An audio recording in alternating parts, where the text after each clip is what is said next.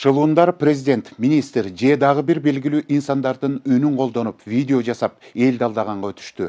Бир көргөндө тасмада өзү сүйлөп жаткандай туюлуп, карапайым эл оңой эле ишенери бышык. Мындай жагдайдан пайдалангандар карапайым адамдарды кайырмакка илип, капчыгын кагып кетишери турган иш. Ал гана эмес, УКМК, Улуттук банк жана башка мамлекеттик мекемелердин атын жамынгандар дагы пайда болду. Алар жарандардын банктык эсептерине коркунуч жаралды же кимдир бирөө сиздин атыңыздан насыя ала баштады деп адамдардын психологиясына таасир этип өз жетегине салып алышат. Жыйынтыгында жаранды сызга отургузуп, белчеден карызга кириптер кылышат. Ички иштер министрлиги өткөн 2024 жылы шылуундар элдин 903 миллион сомун уурдаганын, анын жарымын милиция кайтарып алганын кабарлады. Тиешелүү кызматтар түшүндүрүү иштерин жүргүзүп, ар кандай видео роликтерди тартканы менен шылуундар күн сайын алдоонун жаңы ыкмасын өтүп, милициялардын артынан кууп жете албай жатканы учурдун ачуу чындыгы болуп турат. Мындан улам күн тартибиндеги кибер кылмыштуулук маселесин чечүү парламентте жана коомчулукта кызуу талкууга алынып, шылуундардын алдында алсыз болуп жаткан тартип сакчыларын тез арада окутуу маселеси көтөрүлүүдө. Антпесек интернет өнүккөн заманда кибер шылуундар жакында мамлекеттин казынасында тоноп кетүүдөн баш тартпайт көрүнөт.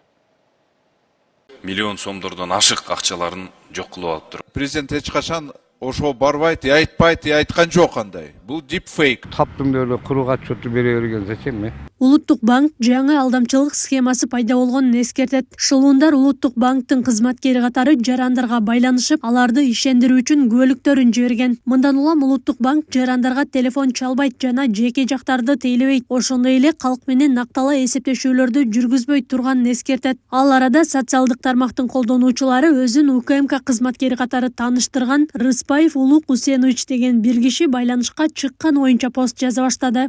Бүгүн мага жетекчим жазып, ККНБнын текшерүүсү болуп жатканын жана капитан Рыспаев мага чала турганын айтты.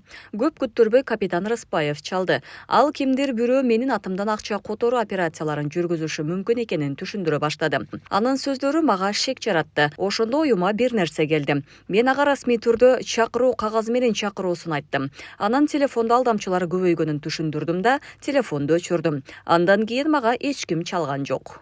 Ал арада атайын кызмат расмий билдирүү таратты. Шылуундар жабырлануучу тууралуу маалыматтарды чогултуп, андан кийин өздөрүн УКМК кызматкери катары тааныштырып чалаар айтылды. Алар ар кандай манипуляция же коркутуу жолу менен жарандардын каражаттарын тартып алууга аракет кылышат. Билдирүүдө шылуундарга ишенбөөгө жана зарыл болгон учурда УКМКга кайрылууга чакырат. Айрым учурларда шылуундар жарандарды УКМКнын тергөө бөлүмүнөн экендиги жана аларга кылмыш ишин козгоону пландап жатканы менен шантаж кылып, иш козгобош үчүн алардын эсебинен белгилүү бир сумманы которууну талап кылышат. Бул өзгөчө Кыргыз Республикасынын ар кандай мамлекеттик органдарынын жетекчилигине тиешелүү. Заманбап технологиялар каалаган адамдын үнүн жасалмалоого мүмкүнчүлүк берерин эске алып, алдамчылар ачык маалымат булактарында сүйлөнгөн сөздөрүнүн үн үлгүлөрүн ала алышат. Улуттук банк жана УКМКдан чалып жатабыз деген сөзгө ишенген Мээрим Ташыбекова шылуундарга ири суммадагы каражатын алдырган. Бул жагдайдан кийин ал укук коргоо органдарына жана депутаттарга кайрылганын айтты. Ошол эле учурда ири өлчөмдөгү карызды жабуу үчүн коомчулуктан жардам суроого мажбур болууда. Керегиме жарата алайын деп жолдосо капта калып кетейин эмесмин. Ошондуктан депутаттар аркылуу, ички иштер министрлиги аркылуу кандайдыр бир токтом даярдап, ошондо банктарга жөнөтүп, менин ошол пайыздык үстөктөрүмдү жана туумдарды токтото туруу боюнча кайра өтүнүч келтирип турам. Анан ошолордон жооп келгенден кийин анан кийин балким негизги сумманы төлөөгө аракет кылып баштайм болуп ойдом. Анын маселесин депутат Медербек Алиев парламентте көтөрдү. Алиев өзүнүн атын жамынган шылуундар пайда болгонун, алар ар кимден каражат топтоого аракет кылганын кошумчалады. 21-кылымдын орчундуу маселесине айланган кибер кылмыштуулук менен тыкыр күрөшүү керектигин белгиледи. Анан мен расмий дагы айтып коеюн, кээ бир мага чалып тынчтанып атат жарандарыбыз, кээ бир WhatsApp группаларга менин атыман дагы жанандай бир чогултууларды кылып, мугалимдерге да бирдемке деген туура эмес маалыматтар экен. Мен расмий билдирип коюуну туура көрүп атам. Бул жалган, калп. Мен эч кандай марафон уюштурган жокмун. Ушу укук коргоо органдарына да номерлери бардыгы бар экен, ушуну териштирип койсок. ким биздин атыбызды жамырап алып ошондой иш кылып атат. Она зарабатывает на газовых инвестициях, которые недавно стали доступны гражданам. Видеодо өлкө башчы Садыр Жапаров өзү сүйлөп жатат деп ойлошуңуз мүмкүн. Бирок бул монтаждалган фейк тасма. Шылуундар ушинтип өлкө башчысынан тарта ар кайсыл атка минердин видеосуна үн кошуп, өз максаттарына пайдаланууга жетишкен. Мындан улам депутат Дастан Бекешев парламентте укук коргоо органдары арызды күтүп отурбай, шылуундардын изине түшүшү зарылдыгын белгиледи.